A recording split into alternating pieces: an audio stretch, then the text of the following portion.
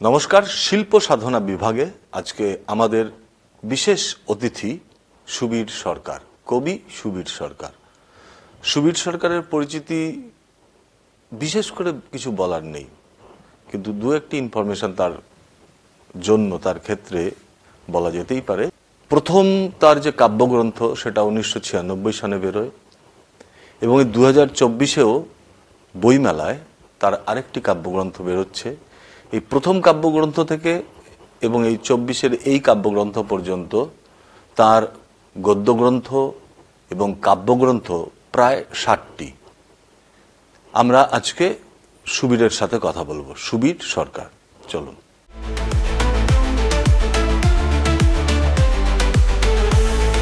আমুদরিয়া news, voice of the marginal. আমি একদম শুরুতেই যে কথাটা সুবীরবাবুকে বলতে চাই সেটা হচ্ছে এই যে বর্তমান কবিতা, এখনকার কবিতা, আগের কবিতা, আপনার অনুভব এইটা নিয়ে আপনি শুরু করুন, তারপরে আপনি আপনার কবিতা আপনি বলবেন। আসলে কবিতাই তো লিখি, 35 বছর ধরে তো কবিতাই লিখছি। লেখার থেকে বড় কথা হচ্ছে আমি একজন কবিতার পাঠক এবং নিজেকে সৎ পাঠক বলতেই ভালোবাসি। মোটামুটি ক্লাস 9-10 থেকেই কবিতা পড়া শুরু হয়। আমি কবিতা পড়ার কাজটা কিন্তু ব্যক্তিগতভাবে খুব গুছিয়ে করেছি। যে ফ্যাশন ব্র্যান্ড শো আছে 25th of November and এটা 1st December অবধি আছে।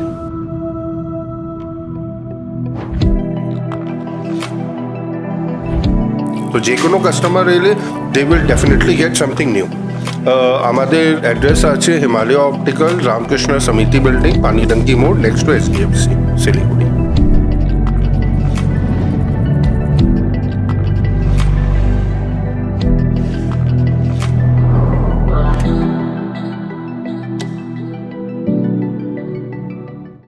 ব্যক্তিগতভাবে 9-10 থেকে আমি কবিতার পাঠক এবং নিজেকে সৎ পাঠক বলতেই ভালোবাসি। যেমন ধরুন, আমার কবিতা সংক্রান্ত পড়াশোনাটা ব্যক্তিগতভাবে আমি গুছিয়েই করেছি। জীবনানন্দ গুলে খাবার পরে আমি কিন্তু প্রত্যেক দশকের প্রতিনিধি স্থানীয় কবিদের কবিতা ধরে ধরে পাঠ করে তাদেরকে জানার বা বোঝার চেষ্টা করেছি এবং জীবনানন্দ পূর্ববর্তীকালের কবিদের কবিতাও আমি সেভাবে পাঠ করেছি। এখন আমার যেটা মনে হচ্ছে, এত বছর কবিতা লেখার পরে এবং এখন বর্তমান কবিতা লেখার যে প্রবণতা দেখছি, না, বাংলা কবিতা কিন্তু বিশ্বমানের।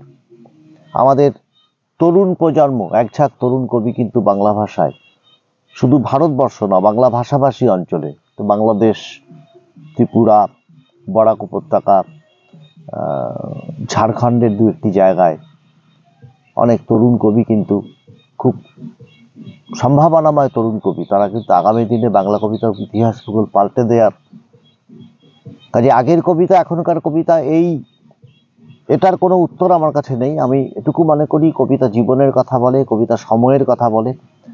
আমাদের কবিতায় আমাদের সময়, আমাদের জীবন, আমাদের যাপন উঠে আসছে এবং তরুণরা স্বপ্নই দেখাচ্ছে সম্ভাবনাময় তরুণ কবিদের কবিতা পড়ার। তাদের কবিতার তেজ, তাদের কবিতার আগুন, তাদের কবিতার ম্যাজিক, তাদের কবিতার দ্রোহ কিন্তু আমাকে বিস্মিত এবং চমৎকৃত করছে। আপনার একটা কবিতা আমরা শুনতে চাই। আমি পড়ছি একদম নতুন লেখা, সদ্য লেখা কবিতা, প্রলাপ গুচ্ছ।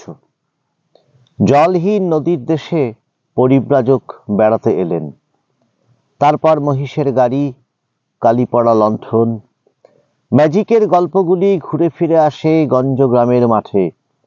হেমন্ত হারিয়ে যায়, ছোট হয়ে আসে বেলা, দেখি অতিশয় ছোট পাখি, দূরে কাছে কাঠের সব ঘর বাড়ি। লিখি উপত্যকা, লিখি ভরা কোটাল, শরীরে ধানের গন্ধ, উবু হয়ে বসে থাকি। 2, কতদিন দেখা হয় না জল ফড়িংয়ের সাথে, মৃত বেড়াল কাছে নিয়ে খামারের দিকে হেঁটে যাই। শহরের রাস্তায় আহত ঘোড়া, ঘোড়াটি নিজেই দৃশ্য হয়ে দৃশ্যান্তরের দিকে চলে যায়। 3, হসন্ত চিহ্নের মতো দিনগুলি পেরিয়ে তুমি ছুটে আসছো। আমরা শুভেচ্ছা রাখলাম, আমরা রুমাল রাখলাম, রুমালে পাখি আঁকতে আঁকতে এক সময় তুমি ঢুকে পড়বে গুহার ভেতর। 4, প্রতিটি জনপদে গোপনে প্রবেশ করছে বেহালা মাদকের দল। এদিকে ডেটলের গন্ধ, বাচ্চারা ফাঁকা মাঠে হাসপাতালের ছবি আঁকছে। একদিন বেহালা ভেসে যাবে প্রাচীন নদীর জলে। 5, চশমা অনেকটা ডাকনামের মতো, চশমা পড়ে থাকে ঘোরানো সিঁড়ির নিচে। আচ্ছা, আমার মনে হয় যে সুবীর সরকার হচ্ছে উত্তরের কবি। উত্তরের জনপদ, উত্তরের গাছগাছালি, পাখালি সমস্ত সুবীরের কবিতার মধ্যে উঠে আসে। এই রকম উঠে আসা আমি উত্তরবঙ্গে আর কাউকে দেখিনি। এই বিষয়টা নিয়ে যদি আপনি কারো বলেন। সেরকম কিছু না। ব্যাপারটা হচ্ছে, আমি মনে করি একজন কবি যে ভূগোল এবং ইতিহাসের মধ্যে জীবনযাপন করেন, সেই ইতিহাস, ভূগোল এবং সেই ভূগোলের মানুষজন, সেই মানুষজনের সংস্কৃতি, মানুষজনের যাপন, মানুষজনের প্রতিদিনের জীবন, এটা কিন্তু সেই কবির লেখা এবং দেখার মধ্যে থাকাটা অত্যন্ত জরুরি। আমি উত্তর জনপদে বেঁচে আছি, উত্তর জনপদে বেড়ে উঠেছি। আমার এই উত্তরাঞ্চল, আমার এই উত্তর জনপদ হচ্ছে সোনার খনি। আমি মূলত উত্তর জনপদের মানুষজনের জীবনযাপনটা খুব মনোযোগ দিয়ে লক্ষ্য করেছি, যে জীবন ছুঁতে চেয়েছি বারবার। উত্তরের লোক সংস্কৃতি অত্যন্ত বর্ণময়, অত্যন্ত বর্ণাঢ্য। উত্তরের রাজবংশী সমাজ, এই রাজবংশী সমাজের পূজা পার্বণ, গান বাজনা, রাজবংশী ভাষা, রাজবংশী ভাষার সাহিত্য, এসব কিছু কিন্তু বরাবর আমাকে মুগ্ধ করেছে এবং আমি উত্তরের রাজবংশী সমাজের কাছ থেকে অনেক কিছু শিখেছি। কবি সুবীর সরকার হওয়ার জন্য এই উত্তরবঙ্গের লোকায়ত জনসমাজ না থাকলে আমি আজকে কবি সুবীর সরকার হতে পারতাম না। আর আপনার প্রশ্নের উত্তরে এটুকুই এক লাইনে বলতে পারি, ওই যে সেই প্রথম লাইনে ফিরে যেতে হবে। আমি যে ভূগোলে থাকি, সেই ভূগোল তো আমার লেখায় আসবেই, ভূগোলের মানুষজন তো সেই লেখায় আসবেই, এই ভূগোলের ইতিহাস, মিথ, লোক সংস্কৃতি, বর্ণময়তা, এগুলো তো আসবেই। আমরা যখন পাঠ করি বিভিন্ন লেখকের লেখা, গদ্য হোক, পদ্য হোক, কবিতা হোক, যাই পাঠ করি না কেন, আমার মনে হয়, আমার এটা ব্যক্তিগতভাবে মনে হয় যে এরা খুবই হাইব্রিড। পড়লে মনে হয় না যে এই ভদ্রলোক এখানকার, বা তার নিজস্ব একটা ভারত ভূমি আছে, তার একটা বাসভূমি আছে এই ভারতবর্ষে। মনে হয় যে এটা হচ্ছে বাইরে থেকে আসা একটা কোনো স্বর। এরকম কেন মনে হয়?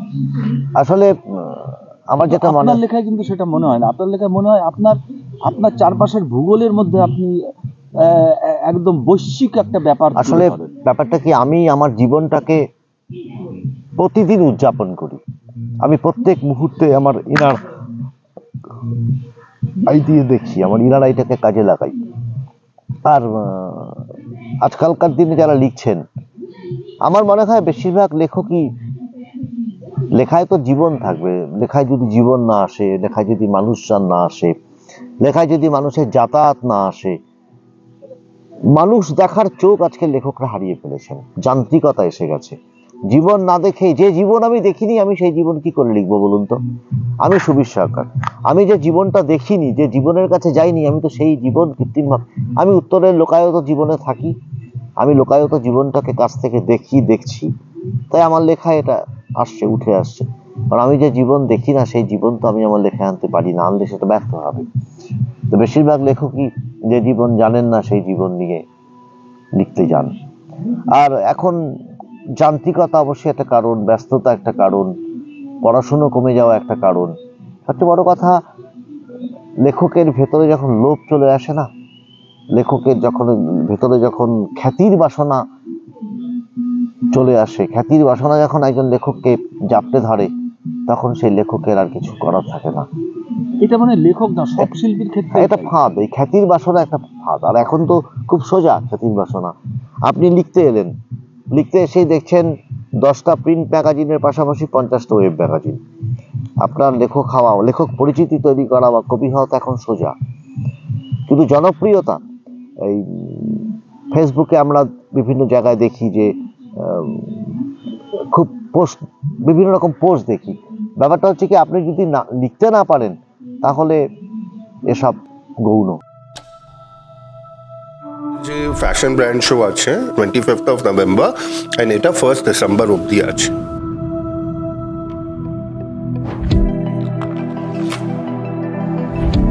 তো যে কোনো কাস্টমার এলে they will definitely get something new. আমাদের অ্যাড্রেস আছে হিমালয় অপটিক্যাল, রামকৃষ্ণ সমিতি বিল্ডিং, পানিডাঙ্কি মোড়, next two SDFC, Siliguri.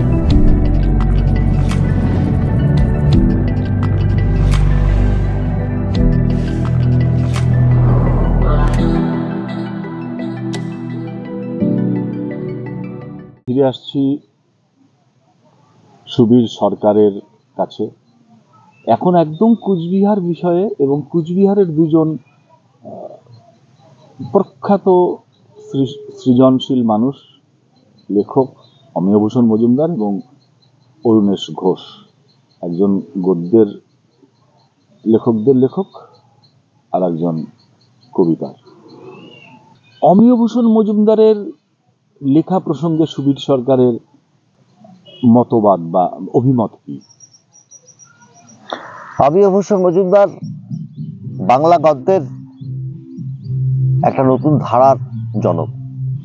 Amiyabhushan মজুমদারের যে গদ্য ভাষা, সেই গদ্য ভাষা কিন্তু একজন পাঠক যখন অমিয়ভূষণের গদ্যের ভেতর ঢুকবেন, সে পাঠককেও কিন্তু শিক্ষিত পাঠক হতে হবে।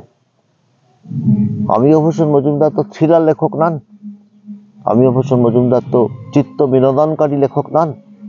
তার গদ্য অত্যন্ত উচ্চ মার্গের গদ্য।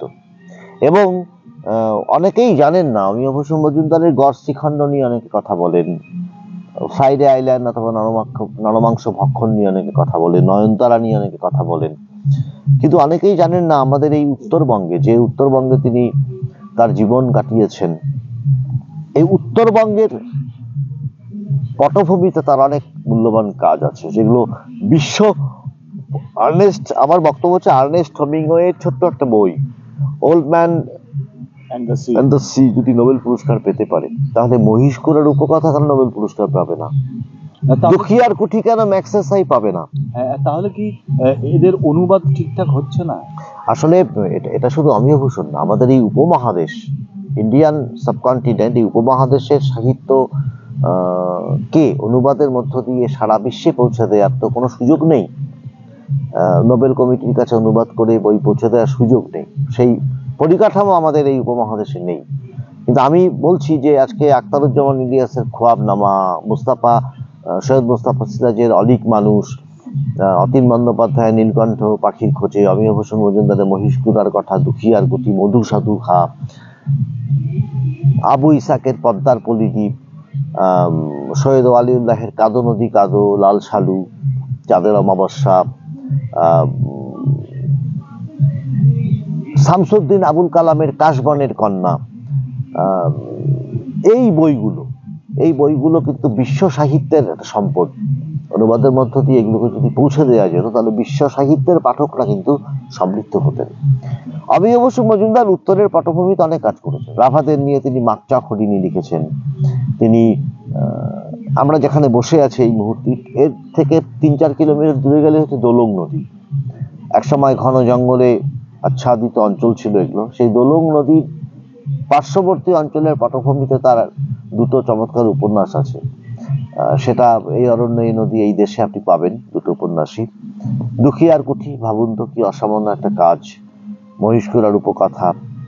তো অমিয়ভূষণ মজুমদারের গল্পের কথা ভাবুন, তাঁতি বইয়ের কথা ভাবুন, ছোট গল্প তো অসাধারণ।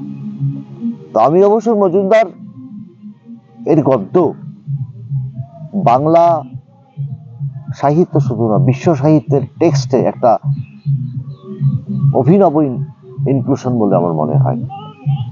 আর আমাদের অরুণেশ ঘোষ, দেখুন ব্যাপারটা হচ্ছে কবি অরুণেশ ঘোষ এবং গদ্য লেখক অরুণেশ ঘোষ। আপনি যদি এই দুই অরুণেশ ঘোষের মধ্যে আমাকে একজনকে বেশি বেছে নিতে বলেন, বেশি করে আমি গদ্যকার অরুণেশ ঘোষকে বেছে নেব। অরুণেশ ঘোষের শব ও সন্ন্যাসী একটি কবিতার বই, এই একটি কবিতার বই, শব ও সন্ন্যাসী এবং কিছুটা গুহা মানুষের গান, এই দুটো বই নিয়ে অরুণেশ ঘোষ বাংলা কবিতা থেকে যাবেন। আমি এই দুটো বইকেই প্রাধান্য দিচ্ছি, বাকি বইগুলোকে প্রাধান্য দিচ্ছি না। বাংলা কবিতায় অরুণেশ ঘোষ থেকে যাবেন এই দুটো বইয়ের জন্য। অরুণেশের গদ্য, আপনি অরুণেশের গদ্যের কথা ভাবুন। উনি জীবনানন্দ লিখেছেন এবং সেই জীবনানন্দে উত্তরের জীবনটা উঠে এসছে, উত্তরের ইতিহাস, পুরাণ, মিথ, লোকসংস্কৃতিটা উঠে এসছে। আপনি অরুণেশের নগ্ন পরিবারের কথা ভাবুন, সন্তদের রাতের কথা ভাবুন। সন্তদের রাত শুরুই হচ্ছে একটা অভিনব বাক্য দিয়ে। নিকোলাই গোগল তার একটি উপন্যাস তারাস বুলবা, তারাস বুলবা এই শব্দটি দিয়ে অরুণেশ ঘোষ শুরু করেছেন এই উপন্যাসটি। কবিতার অন্ধকার যাত্রা অসামান্য একটা প্রবন্ধের বই, কবিতা নিয়ে, সাহিত্য নিয়ে তার যে ভাবনা চিন্তা। এবং ব্যক্তি অরুণেশের সঙ্গে আমার ব্যক্তিগত ঘনিষ্ঠতা ছিল, তার সঙ্গে ঘন্টার পর ঘন্টা আড্ডা দেওয়ার সুযোগ হয়েছে। অরুণেশ ঘোষ আড্ডায় একজন অন্যরকম মানুষ ছিলেন, তার সঙ্গে এক একটি আড্ডা মানে এক একটি ক্লাস। আসলে অরুণেশের সঙ্গে আড্ডায় ফরাসি সাহিত্য, ইউরোপের লিটারেচার এবং ল্যাটিন আমেরিকার সাহিত্যের অনেক কিছু আমি জানতে পেরেছি। এবং মজাটা হচ্ছে আমাদের গ্যাব্রিয়েল গার্সিয়া মার্কেসের আত্মজীবনীর প্রথম খণ্ডটা বেরোলো, বিবির পড়া কাস্তারেলা। সেই বইটি কিন্তু কোচবিহারে ফার্স্ট অরুণেশ ঘোষের কাছে ফার্স্ট কপিটি উনি আনিয়েছিলেন। আমি যেদিন এক বিকেলে গেছি, তা ওদিন ওই মার্কসের ওই বইটি নিয়েই কথা হচ্ছিল এবং ম্যাজিক রিয়ালিজম নিয়ে যে কথা হচ্ছিল। বেসিক্যালি মার্কসকে ম্যাজিক রিয়ালিজমের ক্ষেত্রে সবচেয়ে ইম্পর্টেন্স দেওয়া হয়, কিন্তু অরুণেশ ঘোষ মনে করতেন এবং আমিও মনে করি মার্কসের থেকেও ম্যাজিক রিয়ালিজমটাকে অনেক বেশি যথাযথভাবে ধরেছেন কার্পেন্টিয়ার, আলেহে কার্পেন্টিয়ার। এবং কার্পেন্টিয়ারের লেখা, পরবর্তীকালে রুলফা, এদের লেখায় কিন্তু এদের লেখার ম্যাজিক রিয়ালিজম, মার্কেসের ম্যাজিক রিয়ালিজম, দুটোর মধ্যে কিছু এই ব্যাপারগুলো তো অরুণেশের সঙ্গে আলোচনাতেই। বিদেশের ল্যাটিন আমেরিকার অনেক আগে আমাদের ভারতবর্ষে ম্যাজিক রিয়ালিজম শুরু হয়ে গেছে লেখায়। অবশ্যই আপনি চর্যাপদ পড়ুন না, চর্যাপদে কি ম্যাজিক রিয়ালিজম নেই? আচ্ছা, আপনি ময়মনসিংহ গীতিকা শুনুন, আপনি চন্দ্রাবতীর রামায়ণটা পড়ুন। বাংলাদেশ কবি, লেখক, সাহিত্যিক নিয়ে আপনার অভিমত এই মুহূর্তের লেখক বা পূর্বের? বাংলাদেশের কবিতা শামসুর রহমান, আল মাহমুদ, নির্মলেন্দু গুণ, অসীম সাহা, মহাদেব সাহা, রফিক আজাদ, রুদ্র মোহাম্মদ শহীদুল্লাহ, এদের পরে বাংলা কবিতায় যে ধারা এলো বা তারপরে যে ধারা এলো, বাংলা কবিতার সঙ্গে আমাদের একটা নিবিড় যোগাযোগ আছে পাঠের মধ্য দিয়ে। কিন্তু কবিতার থেকেও বাংলাদেশের নাটক, নাট্যচর্চা, লোকসংস্কৃতি চর্চা এবং কথা সাহিত্য এবং ছোট গল্প অনেক বেশি এনরিচড বলে আমার মনে হয়। এবং বাংলাদেশের প্রবন্ধ সাহিত্যও কিন্তু খুব এনরিচড, অনেক শক্তিশালী প্রাবন্ধিক সেখানে প্রবন্ধ লিখছেন। বাংলাদেশের কথা সাহিত্য অত্যন্ত সমৃদ্ধ। আমি কয়েকটি বইয়ের নাম এখানে বলতে পারি। শামসুদ্দিন আবুল কালামের কাশবনের কন্যা, ওয়ালিউল্লাহের 3টে উপন্যাসী, লালসালু, চাঁদের অমাবস্যা, কাদো নদী কাদো, চিলেকোঠার সেপাই, আখতারুজ্জামান ইলিয়াসের চিলেকোঠার সেপাই খোয়াবনামা এবং আবু ইসাকের পদ্মার পলিদ্বীপ, সূর্য দীঘল বাড়ি, আমাদের মুনির চৌধুরীর কবর এবং এইসব হুমায়ুন আহমেদের কিছু লেখা, বিশেষ করে হুমায়ুন আহমেদের জ্যোৎস্না ও জননীর গল্প ব্যক্তিগতভাবে আমার খুব ভালো লেগেছে। এবং আপনি আল মাহমুদের গল্প পড়ে খুব, পানকৌড়ির রক্ত এবং জলবেশ্যার মতো গল্প উনি লিখেছেন। আপনি আখতারুজ্জামান ইলিয়াসের গল্পগুলো দেখুন, মিলির হাতে স্টেন গান, খোয়ারি, দোজখেরম। আপনি ওয়ালিউল্লাহের কিছু গল্প পড়ুন। এবং সাম্প্রতিক সময়েও বাংলাদেশে অনেক ভালো কথা সাহিত্য তৈরি হচ্ছে। হরিশঙ্কর জলদাস আমার তো ভালো লাগে। আপনি সকৃত নোমান, মঞ্জু সরকারের গল্প, মঞ্জু সরকার খুব ভালো গল্প লেখেন। আপনি জাকির তালুকদারের পিতৃগণ, মুসলমান মঙ্গল, কুশিনামা, পাপড়ি রহমানের বয়ন পালাটিয়া, পাপড়ি রহমান ভালো গল্পও লেখেন, সেলিনা হোসেন, ছিটমহল নিয়ে প্রথম কাজটি কিন্তু সেলিনা হোসেনই করেন।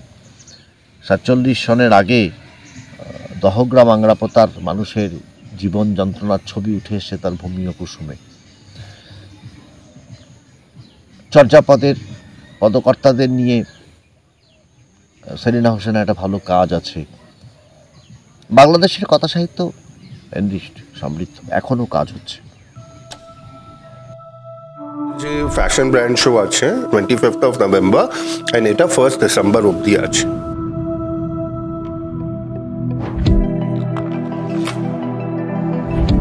তো যে কোনো কাস্টমার এলে they will definitely get something new. আমাদের অ্যাড্রেস আছে হিমালয় অপটিক্যাল, রামকৃষ্ণ সমিতি বিল্ডিং, পানিডাঙ্কি মোড়, নেক্সট টু SDFC, শিলিগুড়ি।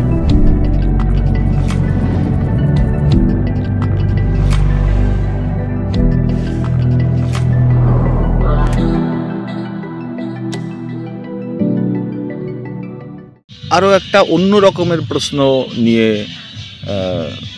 তার কাছ থেকে তার অভিমত আমরা জানতে চাই। আচ্ছা, আজ থেকে 40 বা 50 বছর আগে সুবীরবাবু লেখায়, গদ্য সাহিত্যে কিংবা কাব্য সাহিত্যে যেখানেই হোক না কেন, যে রকমের শব্দ ব্যবহার হতো, আর এই 2024-এ সেই রকমের শব্দ ব্যবহার কি হচ্ছে কিংবা হচ্ছে না, এবং এর কারণ কি? আসলে আজকের থেকে 30, 35, 40 বছর আগে কবিতা হোক, কথা সাহিত্য হোক, লেখকরা কিন্তু একটা নির্দিষ্ট গণ্ডির মধ্যেই তাদের শব্দকে সীমাবদ্ধ রাখে। যেমন বেশিরভাগ ক্ষেত্রে আমরা দেখতাম প্রেমের উপন্যাস, ঐতিহাসিক উপন্যাস, সেই একই গল্প, প্যানপ্যানানি একই গল্প, আমি তোমাকে ভালোবাসি, তুমি আমাকে ভালোবাসো, চার তারা, ফুল পাখি, যুদ্ধ বিগ্রহ, অস্ত্র, রক্তপাত, ঘোড়ার পিঠে চড়ে অশ্বারোহী উড়ে যাচ্ছেন, রাজকুমারীর সঙ্গে প্রেম করতে আসছেন। কিন্তু এখন লেখকরা কিন্তু অনেক সাহসী, তারা অনেক জীবন ঘনিষ্ঠ। প্রতিদিনের যে জীবন একজন লেখক দেখছেন, সেই জীবনের কথাগুলো, জীবনের গল্পগুলো তাদের লেখায় কিন্তু আসছে। যেমন দেখুন, আমাদের উত্তরাঞ্চলে একটি গান আছে, হুদুম দেবের গান, আয় রে হারিয়া ম্যাগ আয় পর্বত ধায়া, তোক ম্যাকক বান্দি থুইম মাথার ক্যাশো দিয়া। আমার কবিতায় হারিয়া মেঘ এসছে, হারিয়া ম্যাগ এসছে, হাড়ির কালির মতো অন্ধকার মেঘ। অনেকের লেখাতেই উত্তরবঙ্গের এই লোকজ ব্যাপারগুলো আসছে। উত্তরবঙ্গে বসে যে কবি কবিতা লিখবেন, তাদের লেখায় উত্তরবঙ্গের দৈনন্দিন জীবনের শব্দগুলো তো আসবেই, মানুষের মুখের ভাষা তো আসবেই। যেমন আমি বাংলাদেশের এই তিস্তা ব্যারেজ সন্নিহিত অঞ্চলের একজন লেখক, সাংবাদিক হারুন পাশা, এখন ঢাকায় থাকেন। হারুন পাশা একটা অসামান্য কাজ আছে, তিস্তা নামে একটা উপন্যাস, তিস্তা। সেই তিস্তার বিষয়বস্তু হচ্ছে তিস্তা ব্যারেজ হওয়ার পরে এবং তিস্তা ব্যারেজে জলের সমস্যা থাকার জন্য কিন্তু তিস্তাকে কেন্দ্র করে মানুষের যে জীবন জীবিকা ছিল, তিস্তায় জল না থাকার জন্য মানুষ কিন্তু সেই জীবিকা ছেড়ে দিয়েছে, তাদের জীবিকার বদল হয়েছে। এই জীবিকাচ্যুত মানুষের জীবন যন্ত্রণার ছবি কিন্তু তিস্তা উপন্যাসে এসছে, এবং সেটা রংপুর অঞ্চলের, বৃহত্তর রংপুর অঞ্চলের রংপুরিয়া ভাষাতেই তিনি উপস্থাপন করেছেন।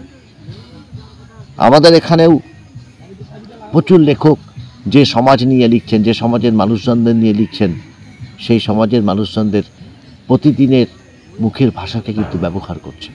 বিদেশেও আমরা তাই দেখছি। ধরুন স্কটল্যান্ডের কোনো গ্রাম, সেই গ্রামের পটভূমিতে কোনো উপন্যাস লেখা হচ্ছে, বা লাতিন আমেরিকা রেইন ফরেস্টের পাশে কোনো জনপদ, সেখানে বসে একজন গল্পকার গল্প লিখছেন, তার গল্পে কিন্তু সেই অঞ্চলের যে ভাষা, নিজস্ব ভাষা, সেই ভাষা ব্যবহৃত হচ্ছে। এবং লেখকরা এখন অনেক সাহসী। যেমন আমি দেখেছি ময়মনসিংহ অঞ্চলের একজন লেখকের একটা বই, তিনি যখন লিখছেন তখন কিন্তু সেই অঞ্চলের শব্দ, সেই অঞ্চলের পূজা পার্বণ, আচার বিচার, গান, এগুলো আসছে। সিলেট অঞ্চলে বসে কেউ উপন্যাস লিখছেন বা গল্প লিখছেন। আমি সম্প্রতি রণবীর পুরকায়স্থের একটি উপন্যাস পড়লাম, সুরমা গাঙ্গর পানি।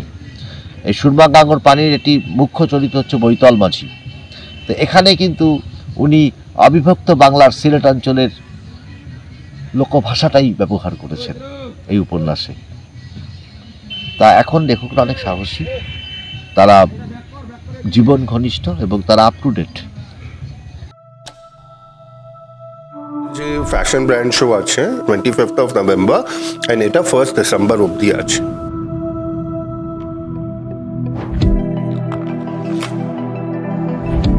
তো যে কোনো কাস্টমার এলে they will definitely get something new. আমাদের অ্যাড্রেস আছে হিমালয় অপটিক্যাল, রামকৃষ্ণ সমিতি বিল্ডিং, পানিডাঙ্কি মোড়, নেক্সট টু SDFC, শিলিগুড়ি।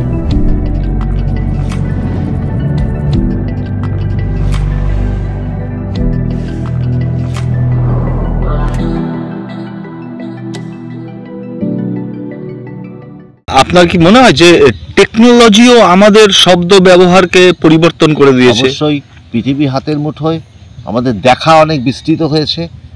আমরা ঘরে বসেই পৃথিবীকে দেখতে পাচ্ছি। আমি ঘরে বসে রেইন ফরেস্টের ভেতর হেঁটে যাওয়া একটি অজগর সাপ দেখছি।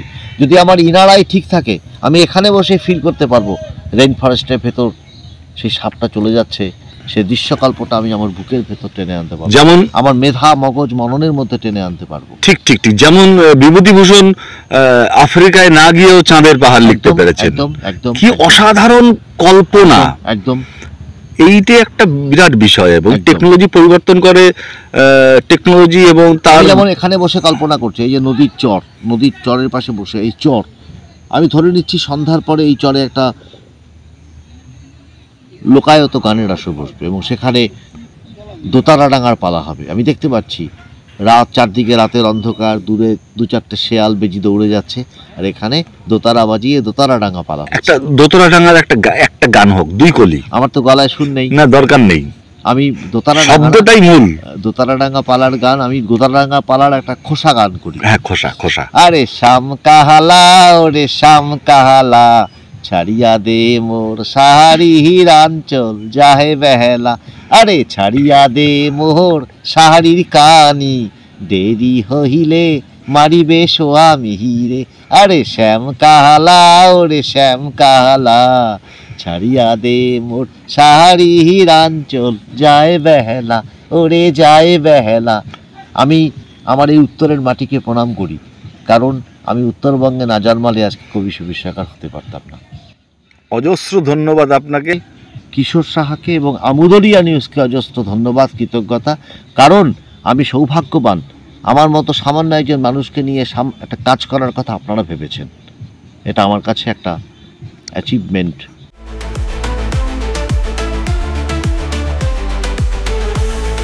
Amudoria News, voice of the marginal.